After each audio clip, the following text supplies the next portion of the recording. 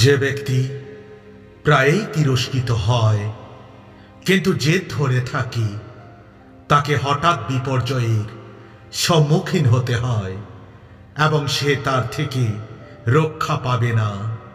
যখন শাসক ভালো হয় তখন সবাই সুখে থাকে, কিন্তু মন্দ লোক কর্তৃত্ব করলে সকলে অভিযোগ জানায়। যে ব্যক্তি জ্ঞান লাভে আগ্রহী সে তার পিতার সুখের কারণ হয়, কিন্তু যে ব্যক্তি বেশ্যালয়ে গিয়ে অর্থ ব্যয় করে সে অচিরে তার ঐশ্বর্য হারাবে।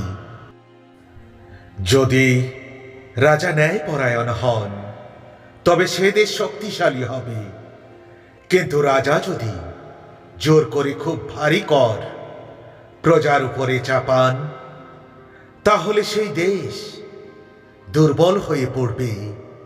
যে মানুষ অন্য লোকদের তোষামত করে নিজের কার্যসিদ্ধি করতে চায় সে নিজের ফাঁদ নিজেই পাতে। মন্দ লোকরা তাদের নিজেদের কুকর্মের ফাঁদে পড়ে, কিন্তু একজন ভালো মানুষ মনের সুখে গান গাইতে পারে। ভালো লোক দরিদ্র মানুষের জন্য ভালো কিছু করতে চায়, কিন্তু মন্দ লোক তাদের নিয়ে মাথায় ঘামায় না। উদ্ধত লোকরা একটি শহরে আগুন ধরিয়ে দিতে পারে, কিন্তু জ্ঞানী লোকরা জ্বলন্ত ক্রোধকে নির্বাপিত করে। যদি একজন জ্ঞানী একজন মূর্খের সঙ্গে আলোচনা করে কোনো সমস্যা মেটাতে চায় তাহলে সেই মূর্খ বোকার মতো তর্ক করতে থাকবে এবং তারা কখনোই একমত হতে পারবে না। খুনিরা সর্বদাই সৎ লোকদের ঘৃণা করে, মন্দ লোকরা সর্বদা ভালো লোকেদের মেরে ফেলতে চেষ্টা করে। একজন বোকা লোক সহজেই রেগে যায়, কিন্তু জ্ঞানী মানুষ ধৈর্য ধরে নিজেকে সামলে রাখে। একজন শাসক যদি মিথ্যাকে প্রশ্রয় দেয় তবে তার কর্মচারীরা দুর্নীতিগ্রস্ত হয়ে উঠবে। একদিক থেকে দেখলে একজন দরিদ্র ব্যক্তি আর একজন যে দরিদ্রের কাছ থেকে চুরি করে তারা একই, তারা দুজনেই প্রভুর দৃষ্টি। যে রাজা দরিদ্রের প্রতি ন্যায়পরায়ণ, যে দীর্ঘকাল রাজত্ব করবে, শাস্তি ও অনুশাসন দুয়েই শিশুদের পক্ষে ভালো। যদি কোনো শিশুর অভিভাবক তাকে যা খুশি তাই করতে দেয় তবে সে তার মায়ের লজ্জার কারণ হয়। যদি মন্দ লোকরা কর্তৃত্ব করে তাহলে চতুর্দিকে পাপ কাজ হবে, কিন্তু শেষ পর্যন্ত ভালো মানুষদের জয় হবেই। তোমার পুত্র অন্যায় করলে তাকে শাস্তি দিও, তাহলে তাকে নিয়ে তুমি গর্ব করতে পারবে এবং সে তোমাকে কখনো লজ্জায় ফেলবে না। যে দেশ ঈশ্বর দ্বারা পরিচালিত নয় সেখানে কখনো শান্তি আসবে না। যে দেশ ঈশ্বরের বিধি মেনে চলে সেখানে সুখ বিরাজ করে। তুমি শুধু কথা বলে তোমার ভৃত্যকে কিছু শেখাতে পারবে না, সে তোমাকে বুঝলেও অবজ্ঞা করতে পারে। যে ব্যক্তি চিন্তা ভাবনা না করে কথা বলে তার কোনো আশা নেই। ওই ব্যক্তির চেয়ে বরং একজন মূর্খের কিছু আশা থাকে। তুমি যদি সব সময় তোমার ভৃত্য যা চায় তাই দিয়ে দাও, সে শেষ পর্যন্ত একজন ভালো ভৃত্য থাকবে না।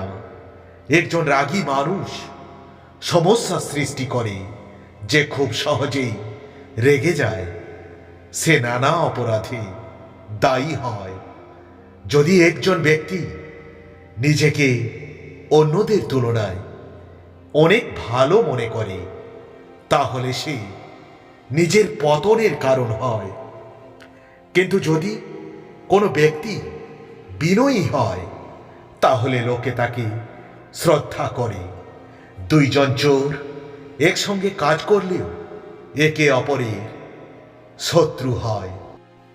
একজন চোর আরেকজনকে শাসাবে, যাতে যদি সে আদালতের চাপে সত্য কথা বলতেও চায়, তবুও ভয়ই বলতে পারে না। ভয় হলো ফাঁদের মতো।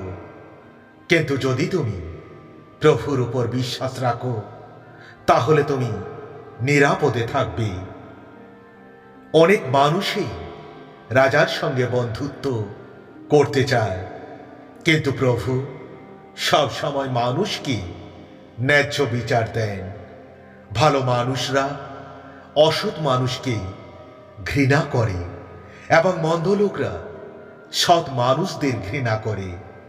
আমি একজন বোকা লোক। আমি অন্যদের চেয়েও বেশি বোকা। আমার যেভাবে বোঝা উচিত আমি সেভাবে বুঝতে পারি না। আমি জ্ঞান লাভ করিনি এবং আমি ঈশ্বর বিষয়েও কিছু জানি না। কোনো মানুষই কখনো স্বর্গের কাছ থেকে শেখেনি।